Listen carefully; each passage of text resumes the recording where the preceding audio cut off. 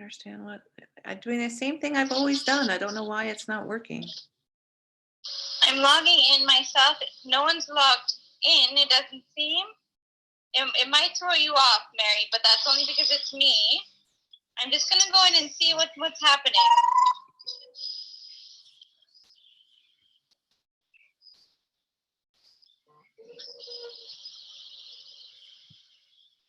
Oh, here, I thought I have, it says I have 8 participants. Hold on, it seems to be working now.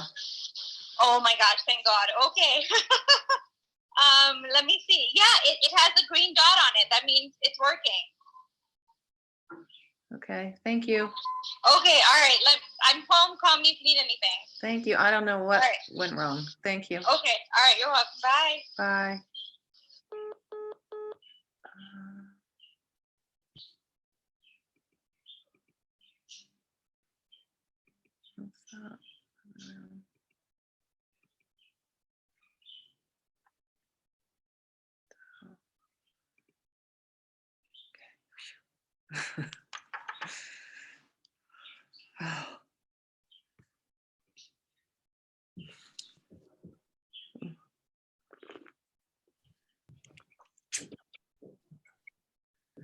Okay. Looks like we still have 2 cardboard cutouts. Yeah. Oh, hello. Oh, you have a different view this time. Should I be dialing in from my phone or is this okay? I think it's okay. Bob and I tried doing that phone thing and it did not work for us. Enter your meeting ID followed by pound.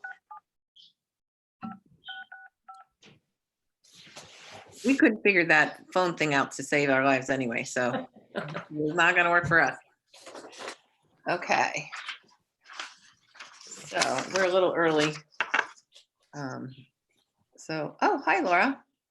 And so Bob, can you see the participants? I can see everybody except for a facsimile of Brian. No. Can you see participants? Not, I'm not the attendees. No, just the panelists. Do you see down on the bottom? Do you see participants? Yeah. Okay, click on that. I just did. So do you see on the right, do you see the word attendees up on the top right? No. You don't see participants, and then there's 2 options, panelists and attendees. You don't see that? No. Okay. Okay. Do you see down on the bottom? Oh, happy birthday there, Brian. Do you see on the bottom Q&A? Yes. Okay, click that. Okay. I can't type in there. I can only see what people type in. Okay. So can you type in? I don't have a box either. I just see no open questions. Okay, so I think you'll see the questions then, like me. Okay. Okay. All right, so panelists, thank you. We're still not ready to start yet. So just Bob and I talked a little bit.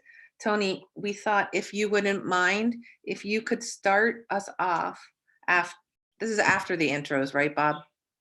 Yes. Okay. So I'm going to start us off welcoming everyone to Earth Day because I'm a co-chair. Then I'll introduce Bob as our co-moderator. Then he's going to introduce, ask you guys to introduce yourselves, and we'll do it as sort of as a seniority thing. So it'd be Tony, Kristen, Laura, Brian, if I could talk properly, that would be the order. And then Tony, if you could explain the 2020 legislative session as you described it to us so people understand what's happening with that.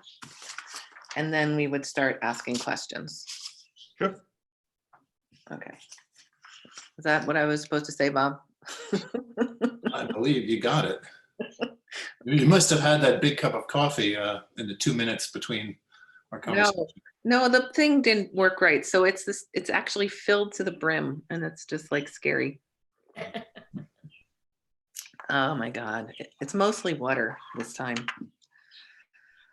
So I went to Smith Richardson this morning for 3 hours. I took a video of Charlie Stebbins mulching this tree that he planted for me. So for Arbor Day, we're doing showing a video of him and the proper way to plant a tree.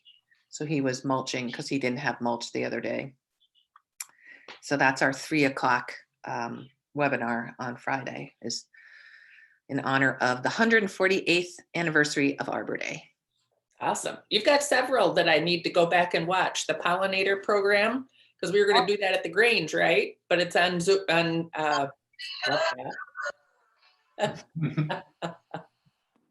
Yeah, I'll dance to that at the end of the pollinator. Oh, it's I hope great. you paid close attention. You also have the gardening one. I have to watch that. We're Yeah. expanding our garden this year. Is that the one with Eric Yes. on Friday? Yeah. Oh, that's Sunday, right? And there's one on Saturday too. Which one is that? You have so many programs. They're really good. Yeah, I know. It's crazy. This afternoon is a really good one. It's composting, and Esmond Chu is 5 years old, by the way. So we are. I would love to watch that one. I'll have to see it on repeat because I still struggle with composting and it kills me. Like, this has got to be the most basic thing, and I think I have a mental block. I don't know. As my friend's sign says, which I keep forgetting to bring in here, compost happens. So it will happen. And you can't not make it. It will happen whether you do it right or wrong. So no worries. All right. And you guys can hear me okay, just as a test? It's a little quiet. It is, okay. How about now? Better. Better, okay. Okay, we're 5, 4, 3, 2. Showbiz time. Hi, everyone. I'm Mary Hogue. I'm co-chair of the Fairfield Earth Day Committee, and I'm co-moderator along with fellow Sustainable Fairfield Task Force member Bob Wall. Bob, take it away. Oh, hello, everyone, and thank you for joining. I wanted to start by acknowledging and thanking our special guests today, which is our state legislators. And I don't know how many folks at home realize what a gallery of rock stars we have from an environmental standpoint specifically.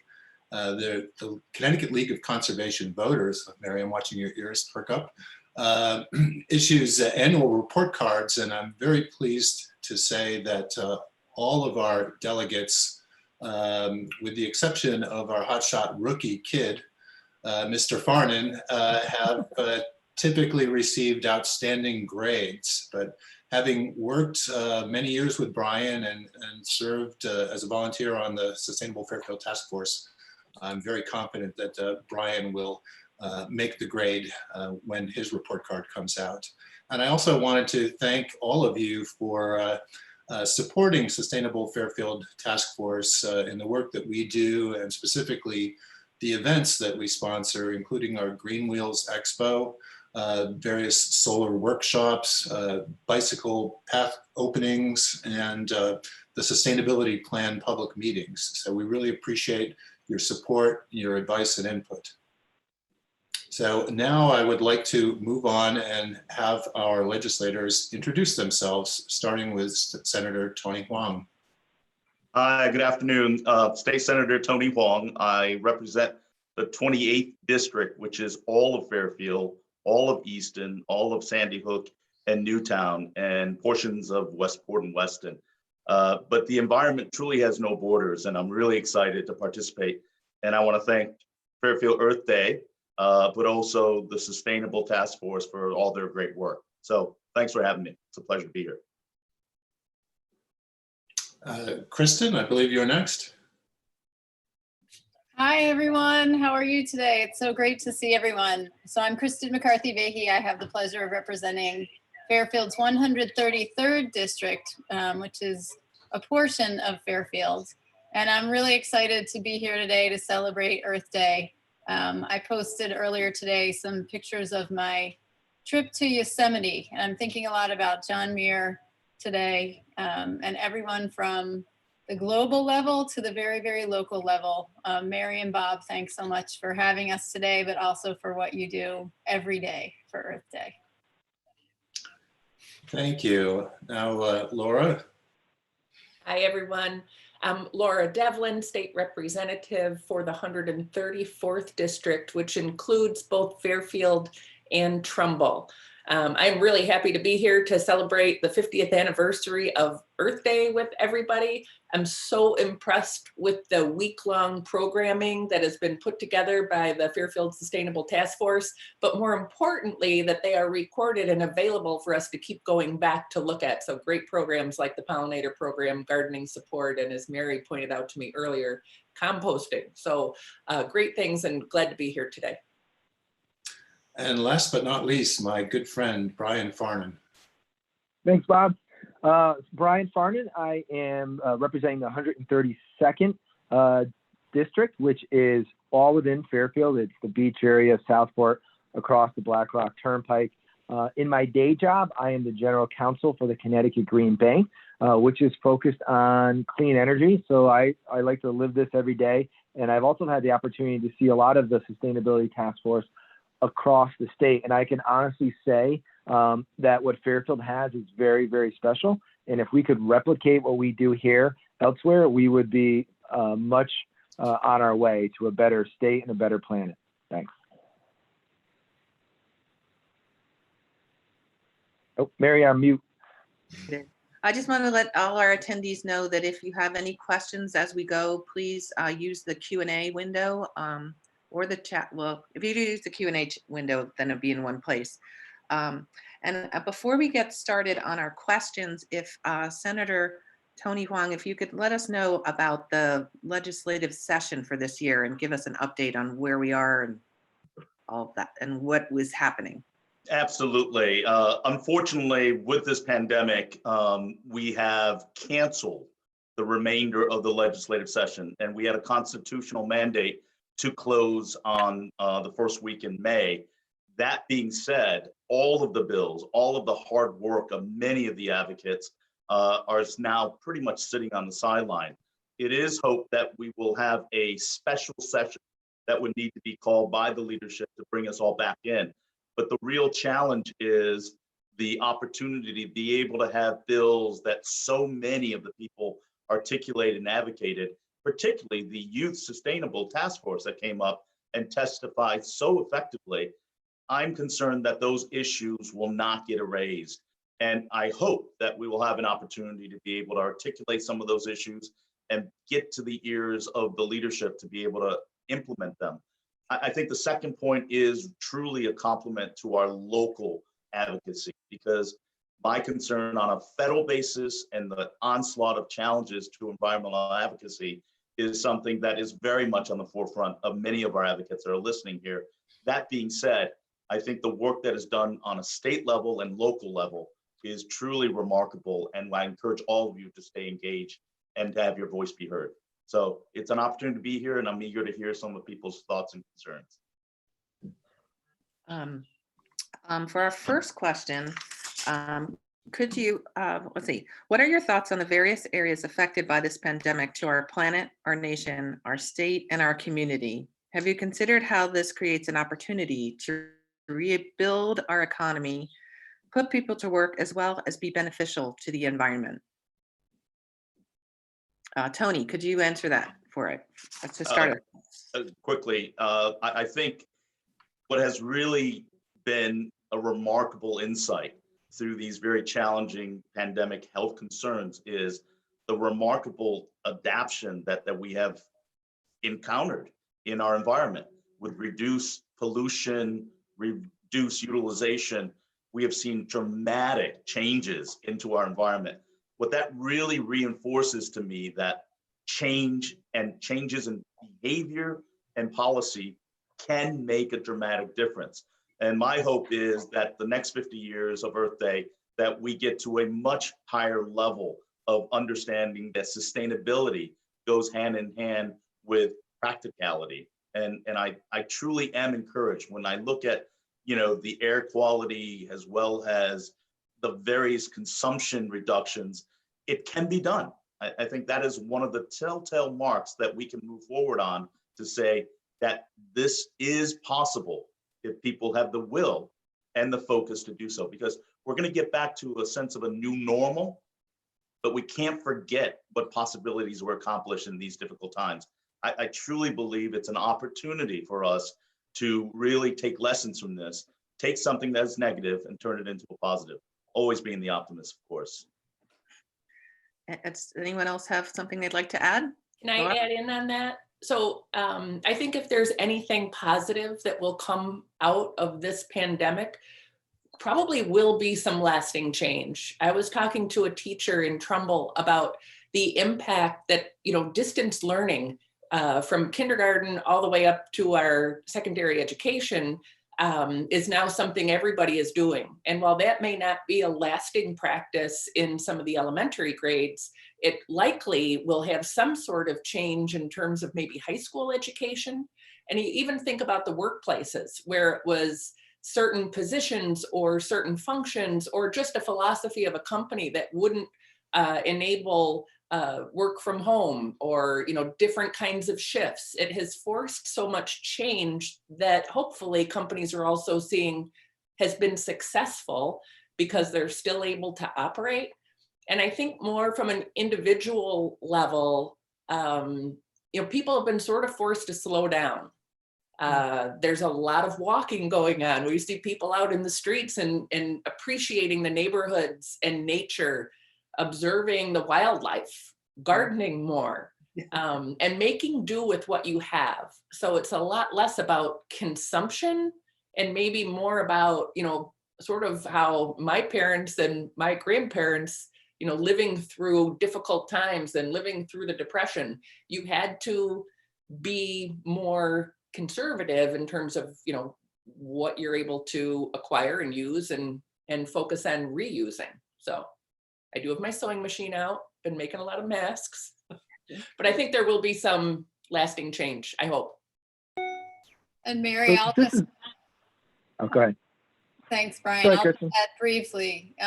The background behind me is Mount St. Helens after the eruption. And I've been using that a lot lately because look how beautiful it is. There is new life and beauty after destruction, and nature teaches us that more than anything else. Brian, you want to say something? Sure, yeah, and this might be the one question I might want to, from my perspective, focus on the most, because I feel like whenever you're faced with a crisis or adversity, there's opportunity. And you look about what happened after the Great Recession and some of the federal stimulus packages that were passed in response to get the economy going. That is what I am focused on as a policymaker in trying to push at both the national level and at a state level. On a national level, there is talk amongst Republicans. In the national level, I do think DC to some extent is sadly dysfunction, but are there ways to kind of bring both parties together? And I look at something like infrastructure finance and how both parties want that. There is an opportunity to potentially work in more potential modernization of our grid, which would encourage renewables, the green bank model, trying to get that done at a federal level. Another big item is something called the federal investment tax credit. This is something that is being phased down over the next few years. I would think that with so many renewable projects and solar projects being paused right now across the country and there being delays, we should probably put a pause on that lowering of that credit. And that's something, I'm actively involved in. I think we need to address. Other things are things like energy storage and electric vehicles and find, a cash for clunkers program that came about after the Great Recession. Maybe we need to consider that for EVs, because one big problem that electric vehicles and all renewables are going to face is the fact that oil is just so cheap right now. And it's making what was really renewables almost on a sense at parity, and in some cases, like with wind, even better cost effectiveness than your typical fossil fuels. There's going to really need to be a push from a policy perspective. And then on a state level, related to you have the federal investment tax credit. That's a policy that encourages renewables. At the state level, we have a residential solar investment program that I was a big proponent of stopping that program because we were switching to a tariff program. But I think with the new world we live in, we need to revisit that and potentially continue that program. Another thing we need to look at is, at the state level, just like at the national level, is grid modernization. And lastly, shared clean energy facilities. Connecticut is something that's called community solar. So people who maybe don't have a roof that works well with solar, how do we do a better job of promoting it? I don't think the policy we have in Connecticut right now works very well and kind of doesn't create the level of scale. And if without that scale, you can't get projects to pencil out, which mean to basically, make a profit. I think these are all things that we need to, as a state and as a nation, revisit in light of what's going on with COVID-19. And I would just add, we almost, and I hate to say this on Green Day, it's for people who really want this to happen, we almost have to take half of the hat off that says, climate change and really find a way to focus on jobs in the economy, because I think that's the way we get to fix the planet, is by making the argument about jobs and economy. And I think we can hopefully get both parties to pass policies that will make that happen. Wow. Well done. Excellent. Well, in doing some homework before today's session, I discovered that all of you had served on the Transportation Committee, at least in the past session. So this question relates to transportation. And it's said that transportation contributes 40% to greenhouse gas emissions in Connecticut, which is well above the national and international averages. What legislative solutions, including expansion of electric vehicles or hydrogen vehicles, mass transportation, increased telecommuting, would you support to help reduce those emissions? And this time we will start with Kristen. Wonderful. I appreciate that. Transportation is the committee that I've served on for each of the 3 terms that I've been in the legislature. And it's one of the things that I initially got involved with here locally, just on a very, very small scale level in terms of helping people be able to walk to school. And then as a selectman, helping to get our bike and pedestrian committee started, which I think back then, folks kind of laughed and thought it was, silly. I think now people understand a little bit better the importance of creating that kind of infrastructure for all users. Brian mentioned the drop in oil prices, and I think there are many levels of why that is going to really impact transportation policy going forward. I mean, what we've seen through this pandemic is that the use of transportation has gone down, but one of the things we've seen is the pattern of the spread of the virus has been around places that have mass transit. And that's a concern for me going forward in terms of how we walk out of this virus and what that means for supporting transit options.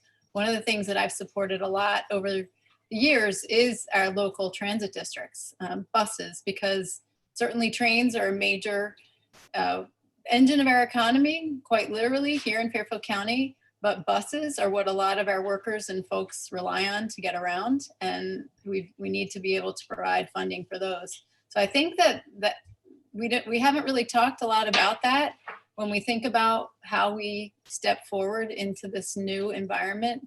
But one thing that I know is that putting a whole lot more individual cars on the road is going to be problematic. And I think it is going to force us to look a lot more at, like Brian said, some of the EV options and incentivizing. And I just prior to this, I was on a White House briefing call, and the director of the Center for Disease Control was talking about how Americans have made choices about their individual behavior to make an impact. And it strikes me that when you look at all of these policy solutions, it's our own individual behaviors. Laura, like you said, getting your sewing machine out and gardening, composting. It is meso level, so things we do as a town to help promote composting, the pilot projects, but then it's also the state and federal policies that we put in place. It has to be at every level. Okay, we'll continue the question for the others, and I just remind you to try to keep your answers brief, so we have time to get to all the questions. All right, I'm going to jump in. So I serve as ranking member on the Transportation Committee, and like Kristen, have served on the committee since I entered the legislature. And in this particular session, really what we're focused on is getting some of our core bills together that we would be able to get agreement on, as Senator Wong mentioned early on.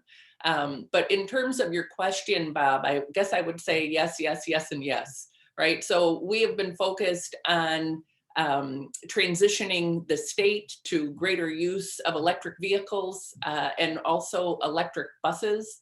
There is a great initiative, and you are all very, very familiar with it, in terms of electric school buses.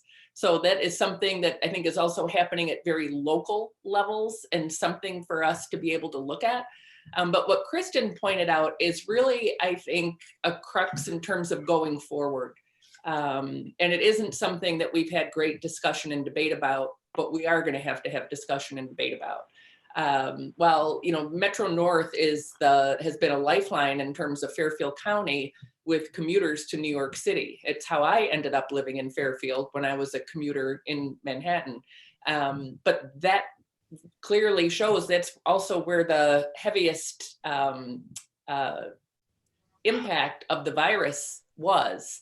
And even direction now in terms of using buses to enter from the back, to space yourself out. This pandemic is really going to change the way that we do use transportation. So I hope, as we talked about early on, some of the changes in terms of different sort of work schedules, working remotely, that those kinds of things will also factor in. And then lastly, what I would suggest in terms of the Transportation Committee, one of the things that we have supported, and Kristen has been a big proponent of this, is some of our pedestrian initiatives, bikers and bike safety. And that I hear more and more as we have people out walking the streets and maybe not being respectful of cars, or cars not being respectful of the pedestrians. Bikers, while we focused so much on safety, is also the respect of bikers with pedestrians. So I think there's also a whole kind of awareness and education piece as we sort of shift our behaviors as well. But as we said early on, these sort of changes provide great opportunity. I think we've made some positive strides in our state. We have a ways to go, but I think this will open up some creative, fresh thinking also, where we've already sort of broken some barriers. Thank you. And gentlemen, I wanted to give you guys a chance to add anything that hasn't been already covered by your colleagues. And again, remind you to keep your answers brief, because I can see that the questions from the audience are starting to trickle in. Yeah, I'll be real Sure. quick in offering my thoughts. In regards to EV, the falling gasoline prices are a real concern in regards to the future growth of EVs. But I think equally challenging for us, and I've proposed many times, is the infrastructure needs to be improved for EVs. There is nothing worse than to have, distance fears in regards to the EV. I have an all-electric car. I think the other point in regards to mass transit, I think we need to create a better relationship and accountability with our mass transit systems to truly be efficient and cognizant of the needs of the consumer. I think number three, ultimately, is the work that's necessary in regards to what we said earlier. This is an opportunity in this crisis moment, and we have demonstrated that people can change, can adapt. And I think that's a powerful lesson for us moving forward, to be able to articulate, look, we were made to do some of these things. Perhaps we should initiate and sustain those type of changes down the road. I think the telecommuting and the telework was something that I knew a lot of businesses were resistant to, but I think it may be an opportunity now for us to be able to leverage that into the future. So I'm again, increasingly excited about the opportunity that we're going to learn some valuable opportunities to be able to move forward. Great. All right. Brian, is there anything you'd like to add? Sure. And can you hear me okay? Yeah. All right, perfect. So just really quickly, there is the cheaper program in Connecticut that provides rebates for EVs. Like to see that continued. We have a dedicated revenue stream for that. You know, things are going to get tough the next couple of years, I think, budget-wise. So we're going to have to look at ways to protect that. The electric school buses already talked about. Telecommuting, I was a late adopter for that. I will fully admit I am fully on board with that now, and I think that's going to change patterns. I think the direct sale of Teslas is something that we need to make happen in the legislature. Other items are, and then on the national level, what I talked about with, you know, let's try to get a cash for collectors for EVs. There's other types of, you know, phase out ceilings on the PEV tax credit and other kind of extensions of alternative fuel infrastructure tax credits that I would support. So I think those are all kind of things I would just want to add. Thank you. Okay, so switching from transportation to energy, this next question is one that is one of the particular hot button issues, not only in Fairfield, but across the state. And that is, what is your position on the Killingly plant, which would be fueled by fracked natural gas? And we'll lead off with Laura this time. Larry, you're leading off with me on this one. I should have studied your background or a little bit more, because that isn't something that has come to me, but it did come to my attention through some of the information that you did share. I think a couple of things. And first of all, I'll be flat out honest, not going to pretend. I don't know the details, the ins and outs about the plant. I know the siting council had looked at it. I don't know if they've approved. I think they approved that. I know that there is some pushback. Here's the things I think we need to think about. I'm a huge supporter and really excited about the wind opportunities that we have, both in Bridgeport, but also up in New London, with the whole Port Authority and the transition to wind farming. I think that that is great. What I don't have the answer to, and I think is something to think about, is what role is this playing in terms of our overall energy needs?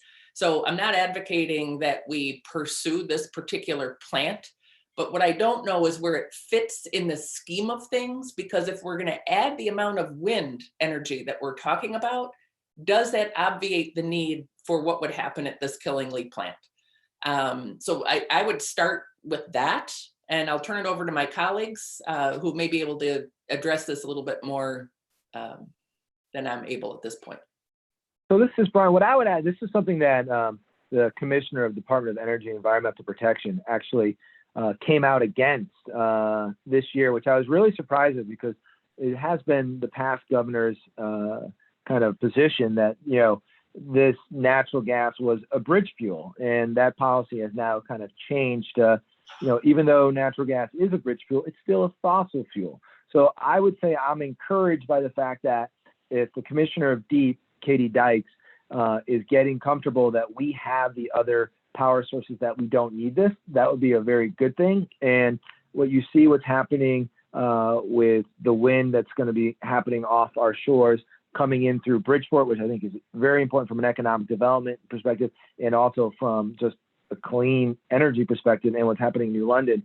You know, if we can get our energy needs met through that, and I'm also, I know environmentalists often go back and forth, but I actually lean on being the side that's probably a little bit more pro-nuclear than against, because at the end of the day, I do think it is a clean energy source. And you look at what's happening with climate change, the immediate, you know, if we can get our needs met through wind, renewables, and nuclear, all the better. So I would just add that, you know, this is not something as a legislator, I don't think we're going to be asked to vote on. But I am excited about the possibility that we could potentially not need this. And what I've heard from Katie Dykes was encouraging.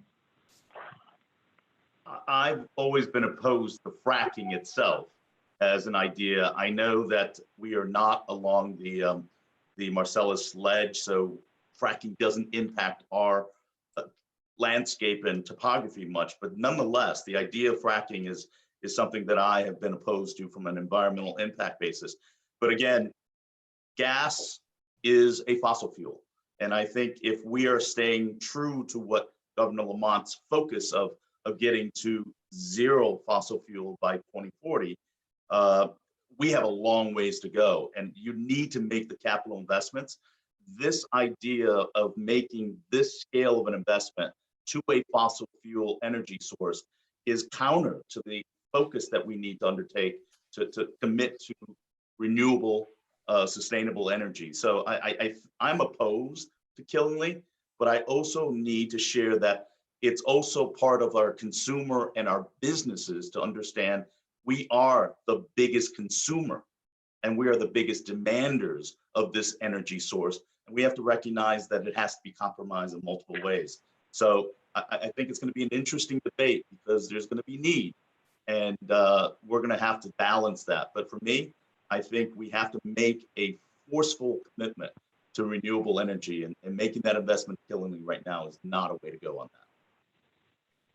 And I'll just add that cost is a factor, and that is a reason why I think there was such a push before. But to Brian's point, the change, I think, from the commissioner has come in large part because of activism and people like those of you who are watching this webinar right now, having their voices be heard, reaching out to all of us as legislators, putting the pressure on, and educating people about why this is so important. I think one of the things that's so striking about what's happened with this pandemic and also with the climate is I had a conversation with my 13-year-old. We were walking the dog, as we do a lot lately. And I said, well, you know, you're living through a moment in history and hopefully you'll never have to live through anything like this again. And he said to me, well, actually, Mom, I was watching this show called Pandemic, and I think that we might, because if you listen to what the people have said over time about all these viruses, who knows what's going to happen. But we've heard the same kinds of warnings about climate change, the impact of our oceans, coming closer and closer to our homes here in Fairfield. We've seen it, and we need to pay attention and not wait and continue to act. So I think this is absolutely a step in the right direction. Like Laura, I think I'm not on the energy committee, but I've learned a little bit about this issue thanks to people coming to me and sharing their experience, but we've got to move to the renewables. We have to do that in order to have our planet and all of us on it survive. Thank you all for your comments. Next question is, many people have voiced their concern over the temporary rescinding of the single-use plastic bag ban. How will the ban be restored? And can you explain that process? Whose turn is it? Oh, it's Brian's turn, I think, right? Yes. I muted you. Sorry. There you go. All right, perfect. All right, great. So I think pretty much all of us that are on this call were excited about the ban on single-use plastic bags. And at the same time, I think we also need to understand why we had to be rolled back because of the COVID-19 pandemic. That was done through executive order, so I'm assuming that would be turned back again through executive order. That's my assumption, is that, obviously that executive order cannot stay in perpetuity, and hopefully we'll be in a better place come this summer, and or if not, maybe after the fall into the winter. I mean, I think we're still have to wait and see, right? I mean, on the health conditions, we seem to be trending in the right direction as hospital bed usages have been coming down, but I think we're still waiting to see how that goes. Anybody else want to add? Yeah, I think we've all been very supportive of the idea of the plastic bag ban. I think moving forward after this pandemic is that I think we remove the 10-cent tax on it. And I think that would support the idea of a social pattern behavior change rather than perceived as a revenue grab.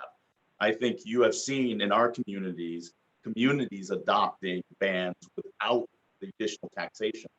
And I truly believe that if it is re-articulated as a focus and changing of people's behavior and practices rather than perceived as a tax revenue grab, I think people would be much more receptive and much more readily adopt the idea of eliminating plastic bags. You have seen in our communities through the advocacy that's demonstrated through all the work that you've all done, is that people are using reusable bags, but there is that negative perception.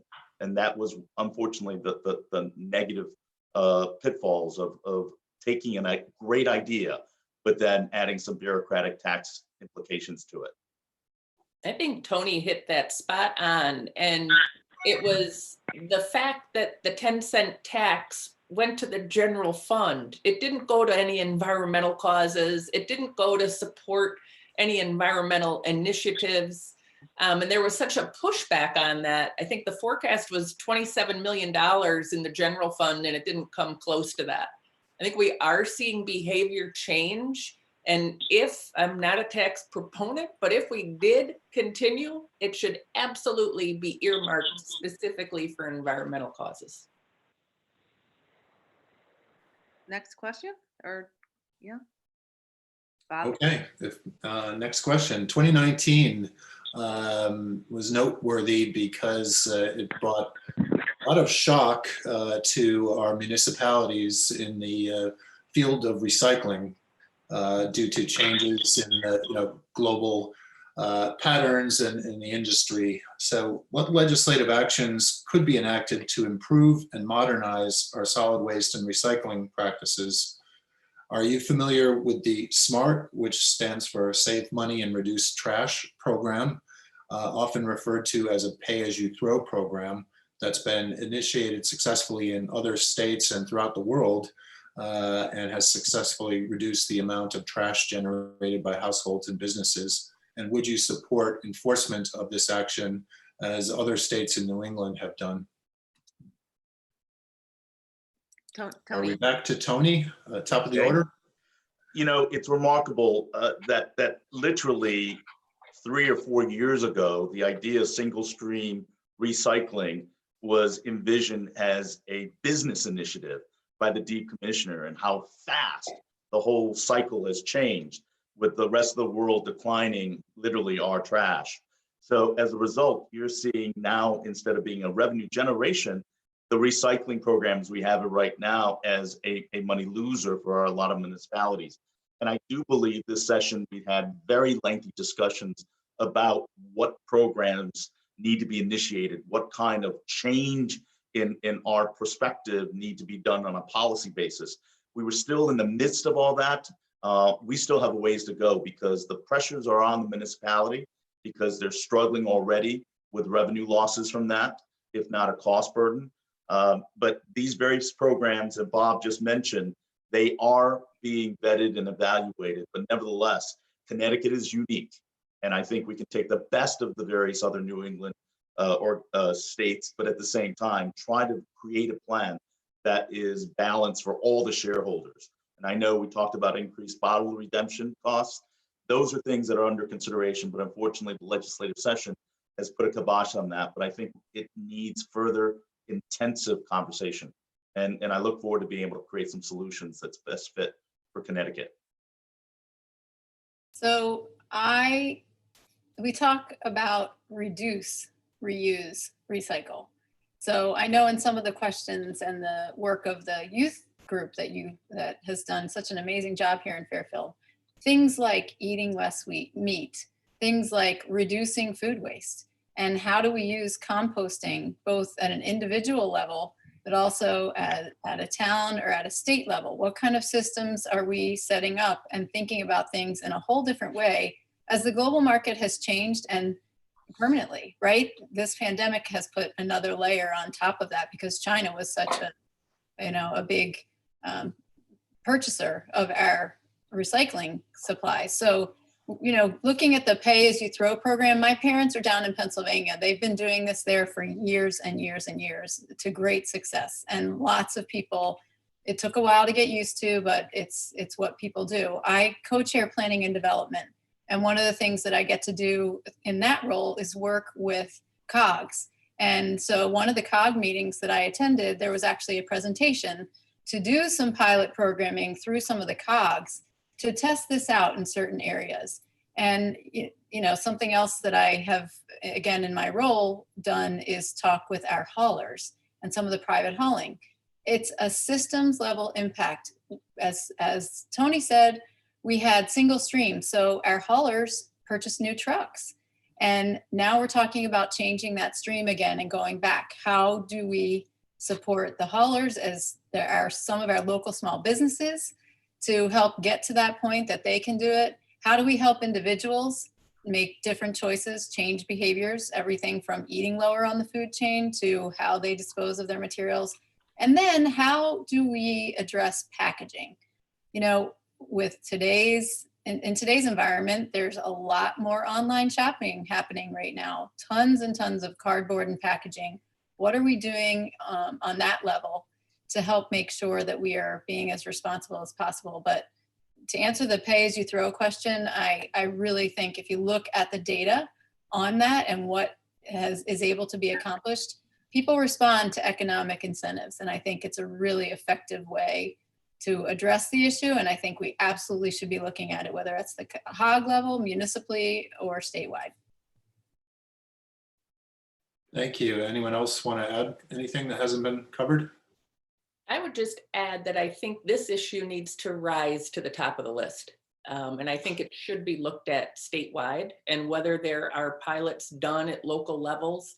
But it not only is an environmental issue, it's a huge economic issue. And I think when those two things converge, we have real potential to get people on board to be able to take some action, to make some plans and do something positive. I know for our community in the town of Fairfield, the economic impact is significant. It is huge. And for other communities in our state, probably every single one.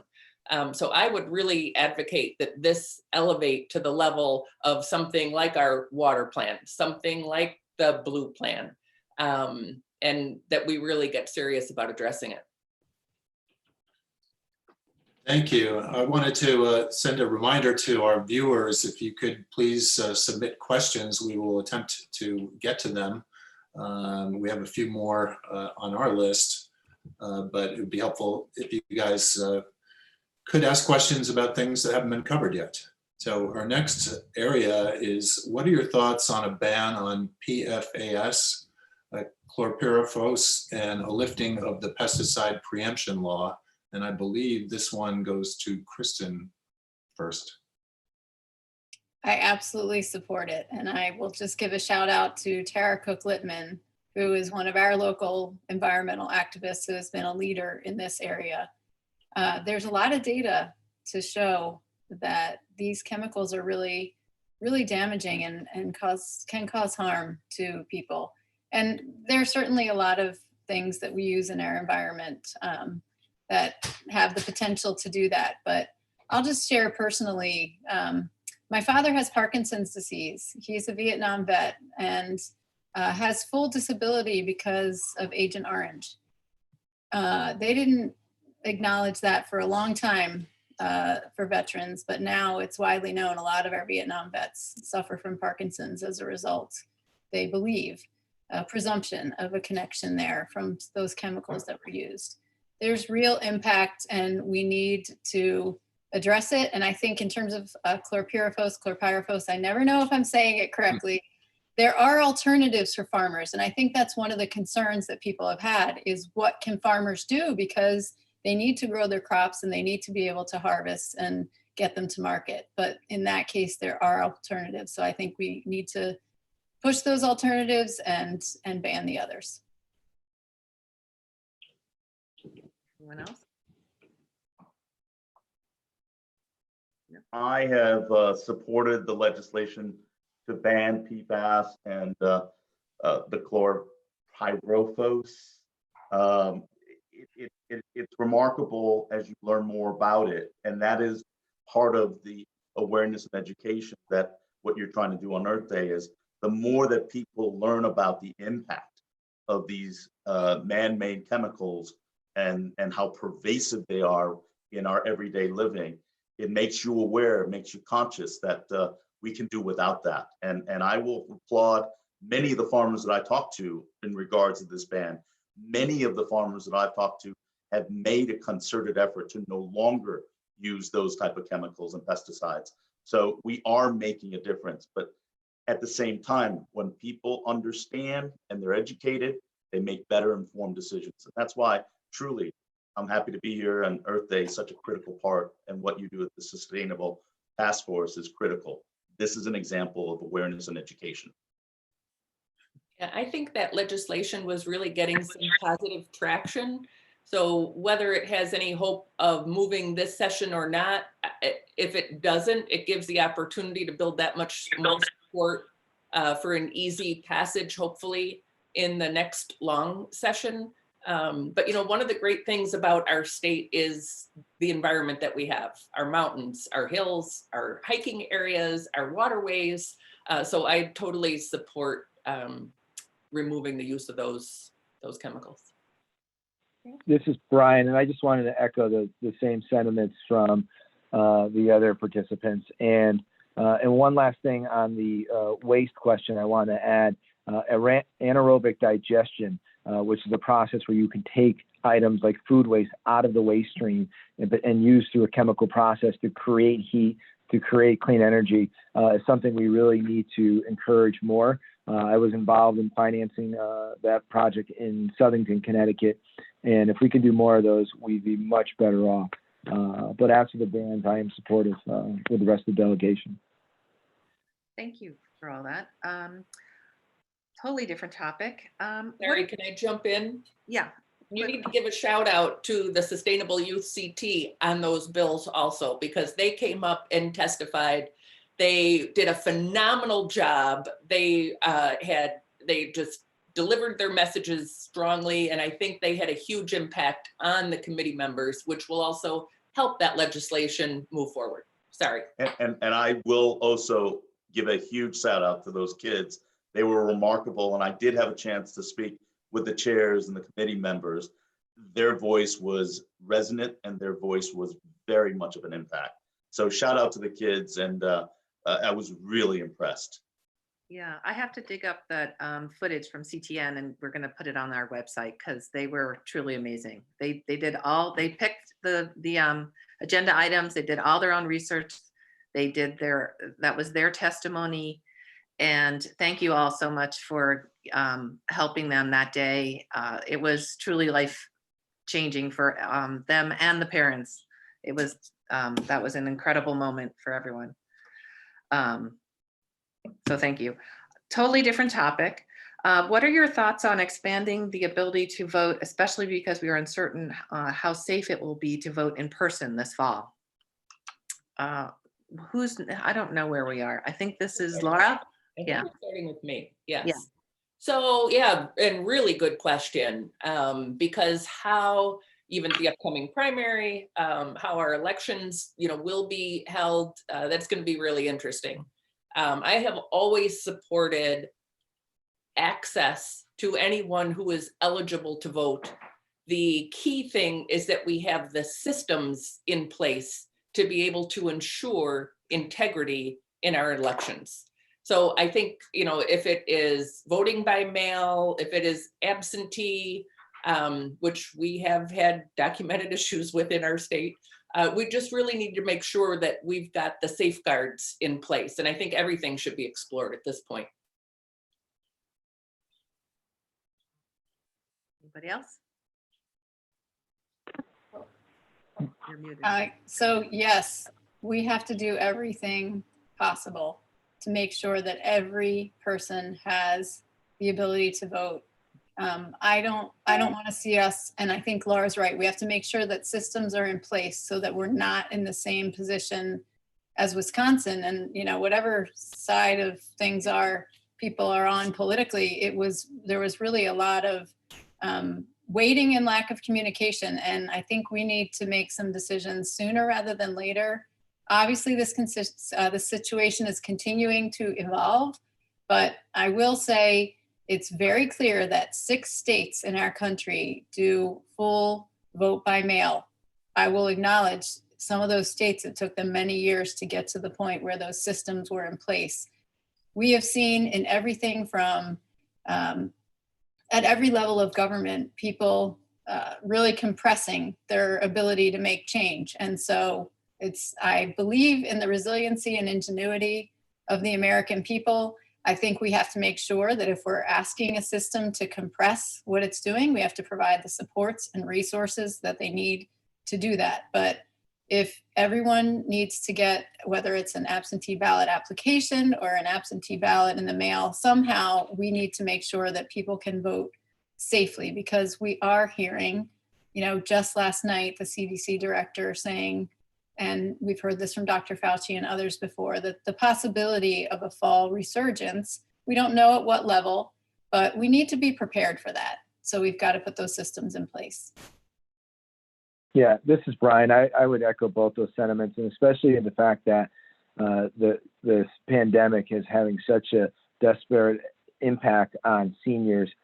We don't want them to feel like, oh, am I going to endanger my life by going to vote? So we need to do everything we can do. I think the first and foremost priority for us is to ensure public safety. And with that said, we did take an initiative on early voting legislation in regards to absentee ballots. I believe that'll be on the agenda next year, and then we'll go to a public referendum vote through our legislative process. But that being said, we have a presidential primary that has been delayed now to August. And there has been tremendous pressure to say, is it truly necessary to put people at risk and danger through a primary system in which the party candidates for the presidential campaigns have pretty much been established? I think it gives us some time to possibly go through some trial runs if we're going to undertake non-in-person voting, that we have to be able to build processes in. One of the frustrations is the fact that despite multiple millions of dollars that have been given to the Secretary of State's office, we have had very little return in greater returns of information and accountability. And we're getting some additional federal dollars in regards to fraud concerns through the latest budgetary allocations from the federal government. We're not sure where that's going. So we really have to balance. Vote is an integral part of our democracy. So is the consideration of public safety. And ultimately, we want to be sure that one person, one vote is sacrosanct.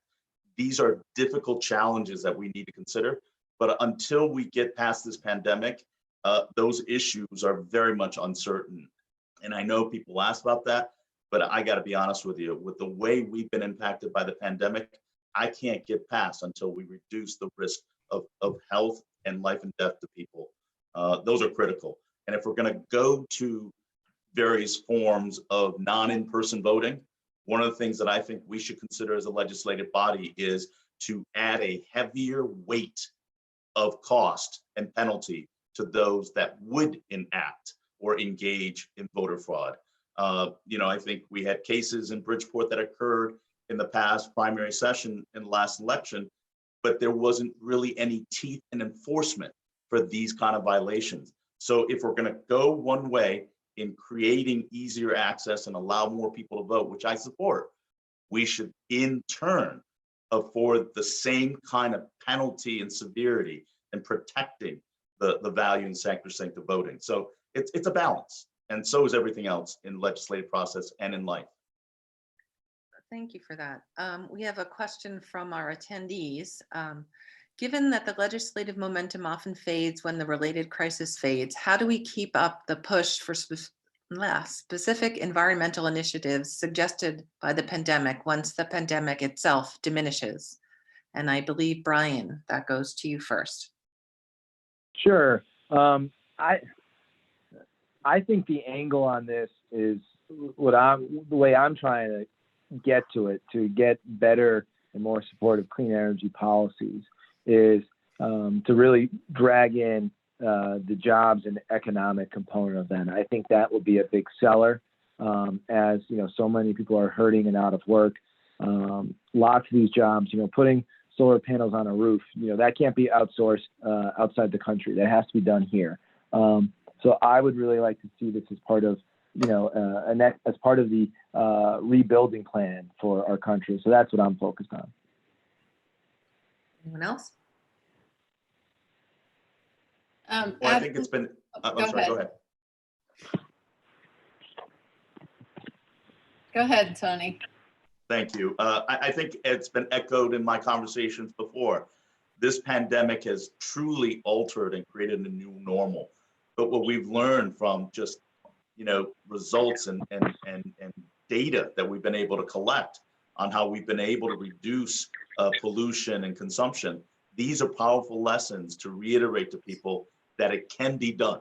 For all of those past denials of it can't be done, this is impossible.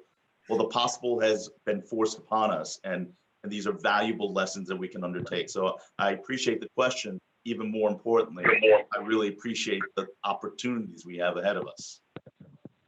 And I would just add that back to our other question, voting matters, right? You have a delegation here who is supportive of these initiatives. And these are the folks you voted in here in Fairfield. Also, you are organized. You have done consistent messaging. You have come to testify. And I'm talking to all of you who are on this, those of us here on the screen, but the other folks who are watching here in Fairfield. It's your voices and advocacy that make a difference. Back to what we said earlier about Killingly and the change in the position of our commissioner. The voices matter, and it also matters who is in office, that whether it's, personally or from a policy standpoint, we are elected leaders who are supporting these policy positions.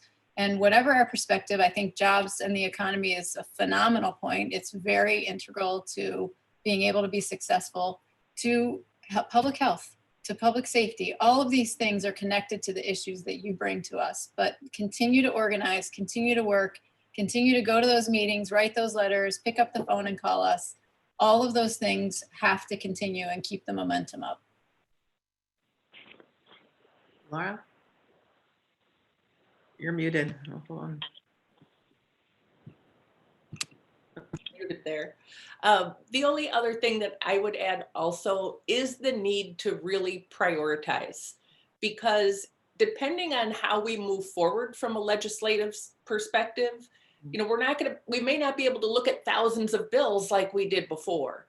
So what's going to make the most impact? And that can be difficult to do because individuals have their own priorities about what's important to them.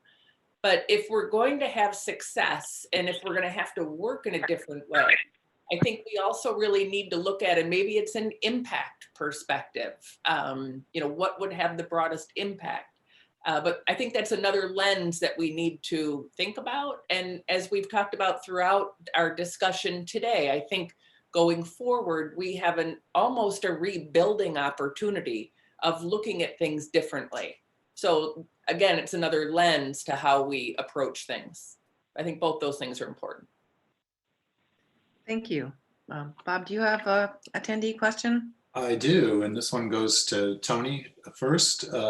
Connecticut has a relatively old residential and commercial building stock, much of which is very leaky by modern standards. So can the state do anything to provide more support for energy audit programs to make both our homes and businesses more energy efficient? Absolutely, because energy costs across the board is one of the highest cost denominators for households and businesses. The idea of energy efficiency audits that has been in place has yielded returns in regards to efficiency. But that being said, I also see that our new designs through LEED standards have been really, truly leading and innovative in this state. That being said, as well, is it goes back to what the purpose of Earth Day is all about. And for us to have these programs to be shared not only with the participants that are listening right now, but to be taped and shared with a broader audience, because people need to understand that environmental advocacy is good, smart business decisions and has residuals not only from an environmental impact, it has an economic impact. So I think that is the way we can change and shape those type of behaviors. And virtually everything we do in the environment, one such case is truly when people make renovations or new constructions, that they account for the environmental considerations. It's going to pay dividends. And people, when they realize that, a financial return will make those transitions and make it lasting. I think we also need to make sure we maintain some real rigor and discipline. So those energy programs are frequently at risk because of sweeps into the general fund. And in fact, those same funds helped create a whole new business stream of companies who do those audits. And then when the funds are pulled, we put those businesses at risk as well. So I think we need to look holistically at that and ensure that that discipline remains while we're going to be in a more of a fiscal crisis than we were in, but we still need to prioritize and have that discipline of ensuring funds go where they're supposed to. And just on a practical level, I'm glad this conversation came up, a commercial. At this point, it's a $75 cost, and you will earn more back on that investment than you can imagine. We've done it here at our house and you need to as a precursor to some of the other opportunities that might be available. The cheapest energy is the energy you don't use. And so we absolutely should be incentivizing that as one of the biggest costs to businesses and a huge cost to homeowners is energy. So I definitely think we need to deal with that. Yeah, this is Brian. I would echo all the sentiments that were said. In the Home Energy Solutions Program, they're really in a tough bind right now because I think the utilities have basically put those programs on pause. I mean, because you have these big blower fans that are in the house, but the bottom line is these programs are. I mean, people talk about things like solar panels and things like that, but the most cost-effective thing to do, to echo Kristen's comment, is the energy efficiency, and that should always kind of be done first. Those are often the low-hanging fruit, and doing those things lower the energy burden from homeowners. They make our businesses more competitive. So anything that we're going to really need, and a lot of that funding right now is being paused because of the pandemic, and we need to hopefully get those programs moving as soon as possible and get those people back to work. Thank you. I think we have time for one more question, which is very convenient since we only have one more question. But let's make this one a lightning round. What will be your 3 environmental priorities, or a maximum of 3 environmental priorities in the 2021 legislative session? This time, Kristen will lead us off. Well, I'm going to be consistent from how I started in local government. I'm going to continue bike, pedestrian, transit, bike, pedestrian, transit, bike, pedestrian, transit. How's that? Succinct. Okay, anyone want to go next? I guess Laura, numerically you're up next. Mute. Sorry about that. Yeah, so what I would suggest is certainly continuing emphasis in terms of our waterways. Blue Plan has been one of those issues. The other is focusing on emissions so that we continue to do that. I'm really intrigued with the whole electric school bus opportunities. And third is our waste and recycling. We have got to address that, and whether that's combined with the long-lasting bottle bill that Mary's been advocating very strongly for, but we've got to address that. And quite frankly, maybe I'd put that as the number 1. Thank you. Brian? Sure. First, the Blue Plan, obviously, for our constituents is very important. So that's going to be a high priority. I also think grid modernization so that we can encourage greater clean energy deployment is very important. And then just making sure the funds are there, that these programs aren't being used for other purposes. It's going to be the overarching concern because we're going to be in a tough economic situation. So just, protecting clean energy funds, energy efficiency funds is going to be a big priority. Tony, bring us home. I would actually put recycling as first and foremost because it's an opportunity. Because as Laura mentioned earlier, the idea of municipal cost pressures along with the environmental initiative is a great opportunity for doing something that is a dramatic step forward. I think the second part is really the idea of energy, renewable energy, and being able to build an infrastructure that can exponentially grow and meet our goals of 100% renewable energy. It's going to require investment and a dramatic change in policy, as well as all the input from shareholders, Number three, ultimately, is the continual education on the impact of our environment, not just simply from a standpoint of our natural habitat, but as Mary and I have talked about, it's our entire ecosystem, to create a system in which everyone has an opportunity, from supporting our small farms that go farm to table, and moving away from so many different things that we have moved and taken for granted, that this is an opportunity to re-educate, to reaffirm, and move forward. So those are exciting things as we embark into the next session and get past this pandemic. Wow, you guys, as always, have been so wonderful and clearly are true environmentalists. So thank you for taking the time to be with us all, and being true supporters of the environment, and for helping us celebrate the 50th anniversary of Earth Day with us. Bob, do you want to add anything closing us out? I think you captured all my sentiments, but I just wanted to thank you personally and invite you to go out and enjoy this beautiful day. Let's all celebrate. And thank our audience for tuning in today and for your questions. And stay tuned. There's more where this came from. Lots more. Yeah, there's a concert tonight at 8 o'clock. You don't want to miss that. Hey. Well, thank you very much for hosting it, and everybody be safe and healthy out there. Thank you, Mary and Bob. Thanks for including us. Bye. Thank you.